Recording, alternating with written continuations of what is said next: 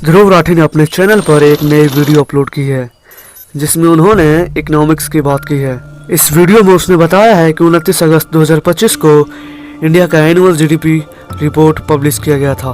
29 अगस्त 2025 India के GDP numbers public किए जाते हैं, जिसमें उसने बताया कि अप्रैल से जून के क्वार्टर में जीडीपी ग्रोथ 7.8% के रेट से हुआ था। अप्रैल से जून 2025 के क्वार्टर में जीडीपी 7.8% के रेट से ग्रो करता है। और उसने बताया कि credit rating agency Fitch group ने भी अपना रिपोर्ट जारी किया जिसने उसमें इंडिया का एनुअल ग्रोथ 6.5 से 6.9% कर दिया था। क्रेडिट रेटिंग एजेंसी फिच ने भी इंडिया की एनुअल ग्रोथ रेट को लेकर अपना फोरकास्ट 6.5% से अपग्रेड करके 6.9% कर दिया। इस वाक्य के कहने के बाद उसने तुरंत ये कहा कि इस हफ्ते में ही ministry of statistics and programming implementation ने एक रिपोर्ट जारी किया जिसमें उसने इनफॉर्मल सेक्टर का क्वार्टरली डेटा पब्लिश किया, जिसमें उसने बताया कि जिस समय इंडिया का एनुअल ग्रोथ 7.8% बढ़ा था उसी समय इनफॉर्मल मैन्युफैक्चरिंग में नौकरियां 9.3% घट गई थी। उसने यह भी कहा कि 13.13 करोड़ से घटकर 12.86 करोड़ नौकरियां बची थी, यानी 3 महीने में 27 लाख नौकरियां चली गई। ठीक इसी हफ्ते ministry of statistics and programme implementation चुपचाप एक रिपोर्ट रिलीज करती है। इस रिपोर्ट में पहली बार सरकार ने इनफॉर्मल सेक्टर का क्वार्टरली डेटा पब्लिश किया और इसमें जो लिखा था वो जीडीपी ग्रोथ की पूरी कहानी पर सवाल खड़े करता है। इस रिपोर्ट के मुताबिक अप्रैल से जून 2025 के जिस क्वार्टर में जीडीपी 7.8% बढ़ा था उसी क्वार्टर में इंडिया के इनफॉर्मल मैन्युफैक्चरिंग सेक्टर में नौकरियां 9.3% कम हुई थी। पूरे इनफॉर्मल सेक्टर में नौकरियां 13.13 करोड़ से गिरकर 12.86 करोड़ पर रह गई, यानी सिर्फ 3 महीने में 27 लाख लोगों की नौकरियां चली गई। और मतलब इसका यह कहना है कि जब नौकरियां चली गई तो जीडीपी ग्रोथ कैसे हो सकता है। नॉर्मल जो मनुष्य हैं उन्हें तो यही लगेगा कि अगर नौकरियां जा रही है तो जीडीपी ग्रोथ कैसे हो सकता है, पर यहीं पर इसने एक खेल खेला है। उसने यह आपको बताया ही नहीं कि जीडीपी ग्रोथ किस पर निर्भर करता है।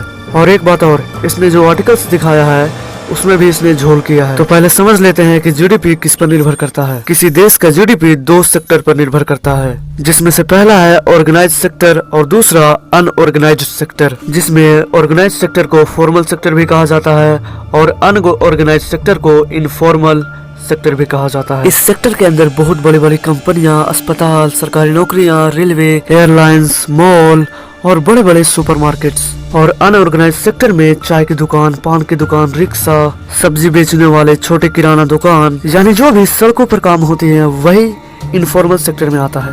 और हम यह अच्छी तरह से जानते हैं कि ऑर्गेनाइज्ड सेक्टर कितना बड़ा होता है। चलो एक एग्जांपल से समझते हैं।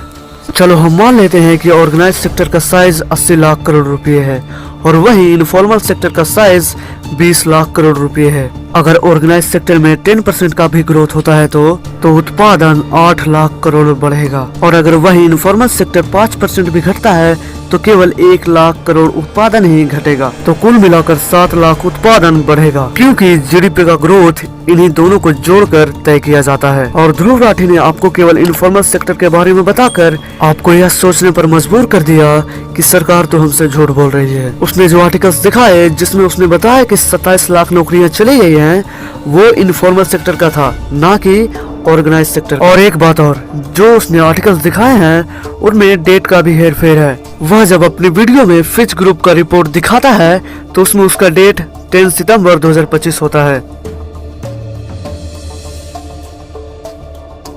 और जब वो ministry of statistics and programming implementation का रिपोर्ट दिखाता है तो उसमें उसका डेट 4 सितंबर 2025 होता है।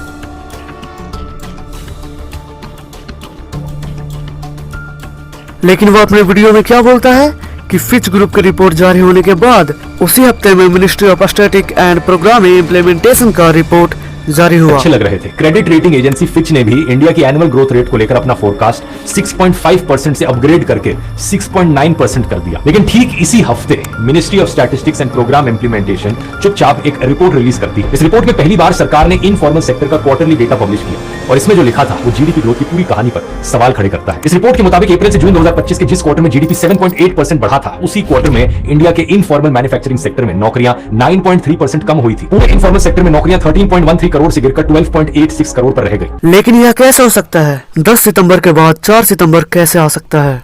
सोचिए। और वो अपनी वीडियो में साफ साफ बोला है कि फिच ग्रुप के जारी होने के बाद ही मिनिस्ट्री ऑफ स्टैटिस्टिक्स का रिपोर्ट जारी हुआ है। एक व्यक्ति जिसके 30 मिलियन से ज्यादा सब्सक्राइबर्स हैं, वो लोगों को झूठ कैसे परोस सकता है? सोच कर बताइएगा। अगर वीडियो अच्छी लगी हो तो लाइक शेयर कमेंट जरूर करना। बाय।